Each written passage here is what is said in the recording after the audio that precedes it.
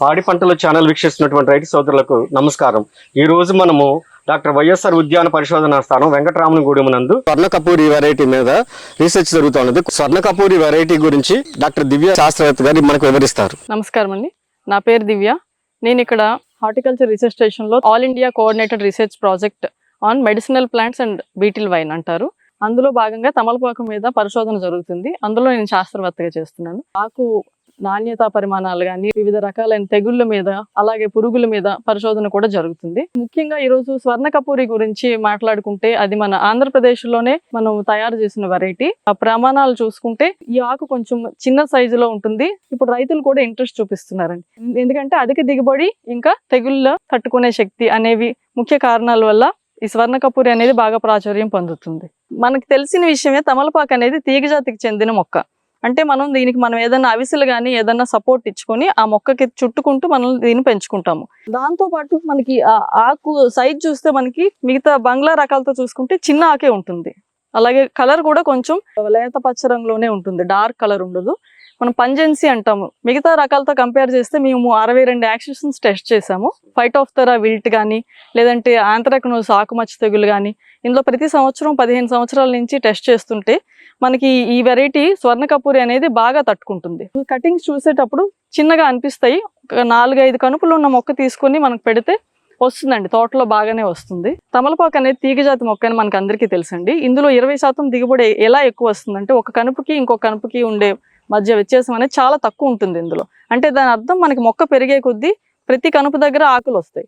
So ఆ విధంగా 20 నుంచి 25% దాకా దిగుబడి ఎక్కువ వస్తుంది. అది ఇందులో ఉన్నది ప్రత్యేకమైన లక్షణం అండి. మొక్కకి 60 సెంటీమీటర్లు ఇచ్చుకోవచ్చు.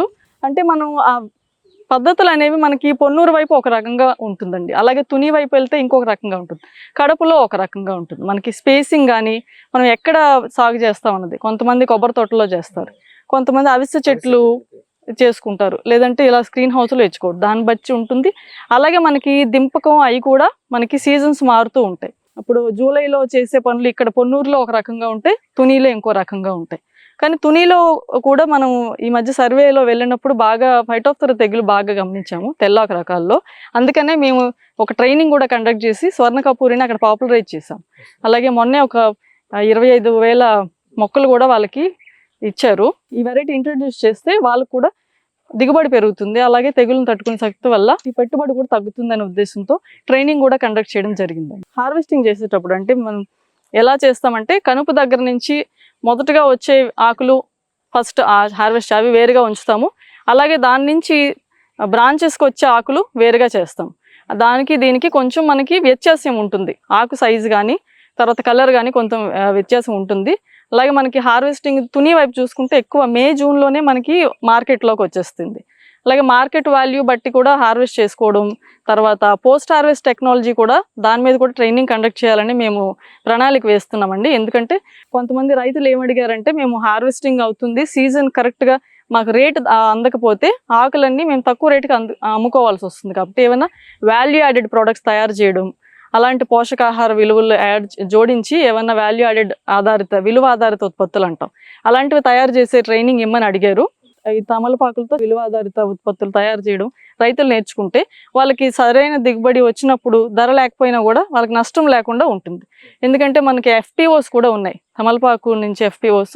వాళ్ళకి ఆ రైతులకు ట్రైనింగ్ ఇచ్చి మనం విలువాధారిత సంబంధ ఉత్పత్తుల మీద కూడా ఇవ్వచ్చండి. ఆ రైతులకి రీసెర్చ్ స్టేషన్ నుంచి కటింగ్స్ కూడా స్వర్ణ కపూరి వెరైటీ అయితే ప్రస్తుతానికి కటింగ్స్ అని పెట్టామండి. రైతులు చాలా మంది అడిగారు, వాళ్ళకి సప్లై కూడా ఇస్తున్నాం మేము. కాకపోతే యూనివర్సిటీ ధర అయితే ఒక కటింగ్ 25 రూపాయలు చొప్పున రైతులకి ఇస్తున్నారు. ఎవరికైనా కావాలంటే కూడా కొంచెం ఒక 10 రోజుల ముందు చెప్తే ఎక్కువ క్వాంటిటీ కావాలంటే మాత్రం ఖచ్చితంగా సప్లై చేయగలుగుతారండి యూనివర్సిటీ తరఫున. అవకాశం ఇచ్చిన పాడి పంటలు అలాగే రైతు సోదరులకు కూడా నమస్కారం అండి, కృతజ్ఞతలు తెలుపుకుంటాం.